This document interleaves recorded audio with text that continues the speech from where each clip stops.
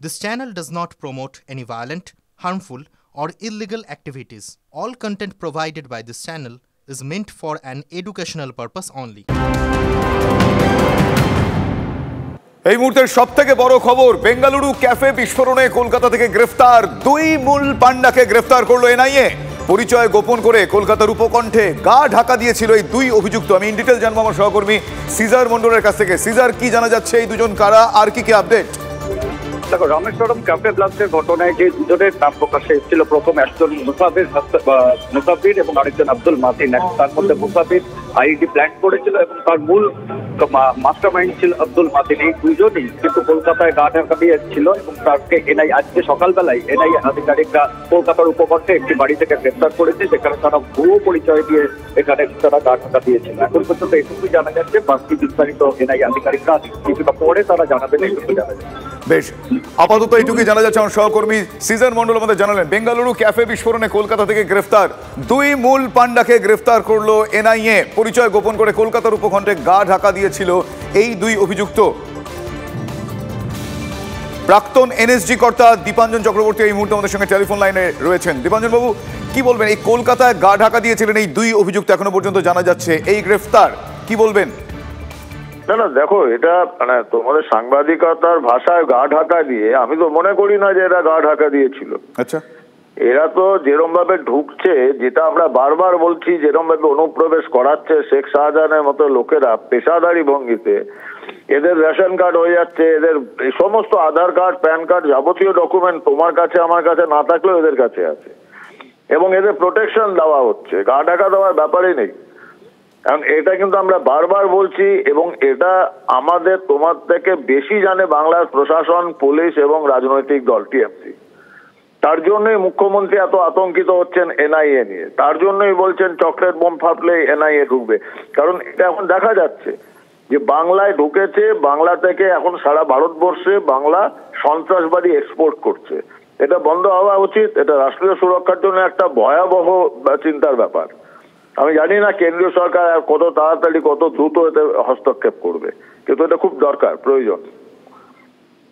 বেশ, অনেক ধন্যবাদ দীপাঞ্জন বাবু। কথা বলছিলাম প্রাক্তন এনএসজি কর্তা দীপাঞ্জন চক্রবর্তীর সঙ্গে। বেঙ্গালুরু ক্যাফে বিস্ফোরণে কলকাতা থেকে গ্রেফতার দুই মূল পান্ডাকে গ্রেফতার করলো এনআইএ। পরিচয় গোপন করে কলকাতার উপকণ্ঠে গা ঢাকা দিয়েছিল এই দুই অভিযুক্ত। আমরা কথা বলছিলাম এইমাত্র দীপাঞ্জন চক্রবর্তীর সঙ্গে। তিনি বললেন যে গা ঢাকা এই শব্দটা এক্ষেত্রে প্রযোজ্য নয়, তার কারণ এরা বহাল তবিয়তেই ঘুরে বেড়ায় এবং তার পেছনে এক বিরাট চক্র কাজ করে। সরাসরি সেই দিকেই অভিযোগের আঙুল তুললেন কিছুক্ষণ আগেই আমার সঙ্গে টেলিফোন লাইনে কথা হলো দীপাঞ্জন চক্রবর্তীর। কিন্তু আমার সহকর্মী সিজার মন্ডল আমার সঙ্গে টেলিফোন লাইনে রয়েছেন। সিজার কাছ থেকে আমি জানতে চাই, সিজার, এক্স্যাক্টলি এই ঘটনাটা কি ঘটেছিল আরো একবার একটু বিস্তারিতভাবে জানতে চাইবো। দেখো, রামেশ্বরমের একটি ক্যাফেতে এই ব্লাস্টটা হয়। লো ইন্টেন্সিটি একটি ব্লাস্ট হয়েছিল এবং সেই ব্লাস্টে বেশ কয়েকজন ইনজিওর্ড হয়েছিল, এবং সেই ক্যাফে ব্লাস্টের পরবর্তীতে এনআইএ তদন্তভার গ্রহণ করবার পর সেখানে তারা যে সিসিটিভি ফুটেজ সংগ্রহ করে, সেই সিসিটিভি ফুটেজ থেকে তারা এই দুজনকে তারা প্রথম আইডেন্টিফাই করে, এবং সে আইডেন্টিফাই করবার পরে একাধিক জায়গা, কর্ণাটক, তেলেঙ্গানা, কেরালা এবং বিভিন্ন স্টেটে তারা তল্লাশি চালিয়ে দুজনকে তারা গ্রেপ্তারও করেছিল এর আগে, এবং তাদের থেকেই জানা যায় এই দুজনই মাস্টার মাইন্ড, এবং এই দুজনকে এরপরে মোস্ট ওয়ান্টেড হিসেবেও ঘোষণা করা হয়। এদের জন্য 10 লক্ষ টাকা পুরস্কারও ঘোষণা করা হয়েছিল এনআইএর তরফ থেকে, এবং কোথাও একটা এটা আন্দাজ করেছিল যে ভারতের অন্য কোনো প্রান্তে তারা গা ঢাকা দিতে পারে, এবং সেই অনুসারে একদম স্পেসিফিক টিপ অফের ভিত্তিতে West Bengal police, Telangana police এবং কর্ণাটক পুলিশ এবং সেন্ট্রাল ইন্টেলিজেন্স এজেন্সি, এই 4টি সংস্থার যৌথ উদ্যোগে যৌথ যে ইন্টেল ইনপুট, সেই ইনপুটের ভিত্তিতে আজকে কলকাতার উপকণ্ঠে সিজার এক্ষেত্রে আরো একবার সিজার, এই ঘটনা এক্ষেত্রে আরো একবার সেই প্রশ্নটা উঠে আসলো যে আমরা বলছি কলকাতার উপকণ্ঠে গা ঢাকা দিয়েছিলেন তারা দুজন। ওয়াই কলকাতা কেন? তাহলে কলকাতা কি এই ধরনের অভিযুক্তদের গা ঢাকা দিয়ে রাখার জন্য উপযুক্ত জায়গা, নাকি সেরকম পরিসর রয়েছে, পরিবেশ রয়েছে?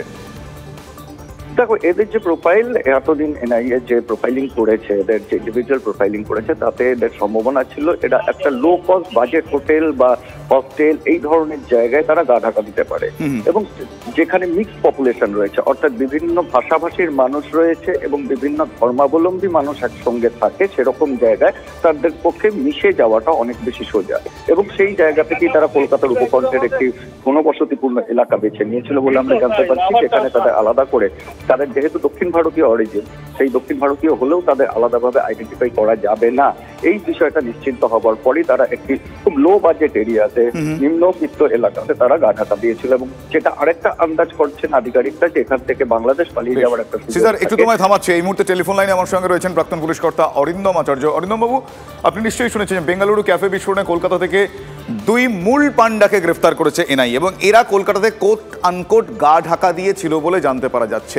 আমি আপনার কাছে সরাসরি প্রশ্ন করব, কলকাতা কি তাহলে গা ঢাকা দিয়ে থাকার জন্য উপযুক্ত জায়গা এই ধরনের অভিযুক্ত বা এই ধরনের কোট আনকোট অপরাধীদের ক্ষেত্রে? কি বলবেন?